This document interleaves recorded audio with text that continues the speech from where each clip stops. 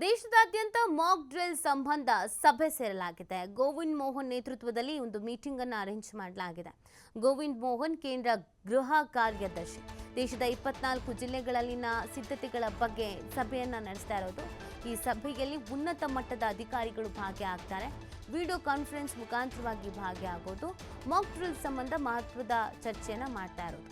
ದೇಶದಲ್ಲಿ 54 ವರ್ಷದ ಬಳಿಕ ಈ ಮಾಕ್ ಡ್ರಿಲ್ಗೆ ಸಿದ್ಧತೆ ಆಗ್ತಿರುವಂಥ ಹಿನ್ನೆಲೆಯಲ್ಲಿ ಈ ಒಂದು ತುರ್ತು ಮೀಟಿಂಗನ್ನು ಕರೆಯಲಾಗಿದೆ. ಅಂದರೆ ಹೆಂಗೆ ಸಿದ್ಧತೆ ಮಾಡ್ಕೊಳ್ಬೇಕಾಗತ್ತೆ, ಯಾವ್ಯಾವ ರಾಜ್ಯಗಳಲ್ಲಿ ಮಾಡಬೇಕಾಗತ್ತೆ, ಅಲ್ಲಿ ವ್ಯವಸ್ಥೆ ಹೇಗಿರಬೇಕಾಗತ್ತೆ, ಇದರ ಒಂದು ಗೈಡ್ಲೈನ್ಸ್ ಅನ್ನೋದು ಇದ್ದೇ ಇರುತ್ತೆ ಅಲ್ವಾ. ಈಗ ಯಾವುದೋ ಒಂದು ಕ್ರಮ ಕೈಗೊಳ್ತಾರೆ ಅಂತಂದರೆ ಒಂದು ಮಾರ್ಗಸೂಚಿ ಅನ್ನೋದು ಬಹಳ ಇಂಪಾರ್ಟೆಂಟ್ ಆಗುತ್ತೆ. ಇದೇ ರೀತಿಯಾಗಿ ನಡಿಬೇಕು ಅಂತ ಗೈಡ್ಲೈನ್ಸ್ ಕೂಡ ಇರುತ್ತೆ.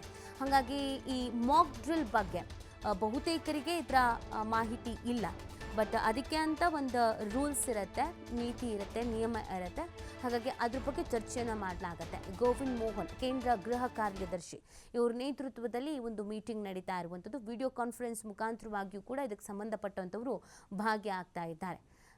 ನಾಳೆ ಈ ತಾಲೀಮನ್ನು ಏನು ಇಟ್ಕೊಳ್ಳಲಾಗಿದೆಯೋ ಅದಕ್ಕೆ ಹೇಗೆ ಪ್ಲ್ಯಾನಿಂಗ್ ನಡೆದಿದೆ, ಪ್ಲ್ಯಾನಿಂಗ್ ಹೆಂಗಿರಬೇಕಾಗತ್ತೆ, ಸೊ ಎಷ್ಟೊತ್ತಿಗೆ ಪ್ರಾರಂಭ ಮಾಡಬೇಕಾಗತ್ತೆ, ಎಷ್ಟೊತ್ತಿಗೆ ಮುಗಿಸ್ಬೇಕಾಗತ್ತೆ, ಇದನ್ನು ಜನರಿಗೆ ಯಾವ ರೀತಿಯಾಗಿ ಅರಿವು ಮೂಡಿಸ್ಬೇಕಾಗತ್ತೆ, ಎಚ್ಚರಿಕೆ ಮೂಡಿಸ್ಬೇಕಾಗತ್ತೆ, ಇದೆಲ್ಲದರ ಬಗ್ಗೆಯೂ ಕೂಡ ಚರ್ಚೆಯನ್ನು ಮಾಡುವಂಥ ನಿಟ್ಟಿನಲ್ಲಿ ಈ ಒಂದು ಮಹತ್ವದ ಮೀಟಿಂಗನ್ನು ಕರೆಯಲಾಗಿದೆ.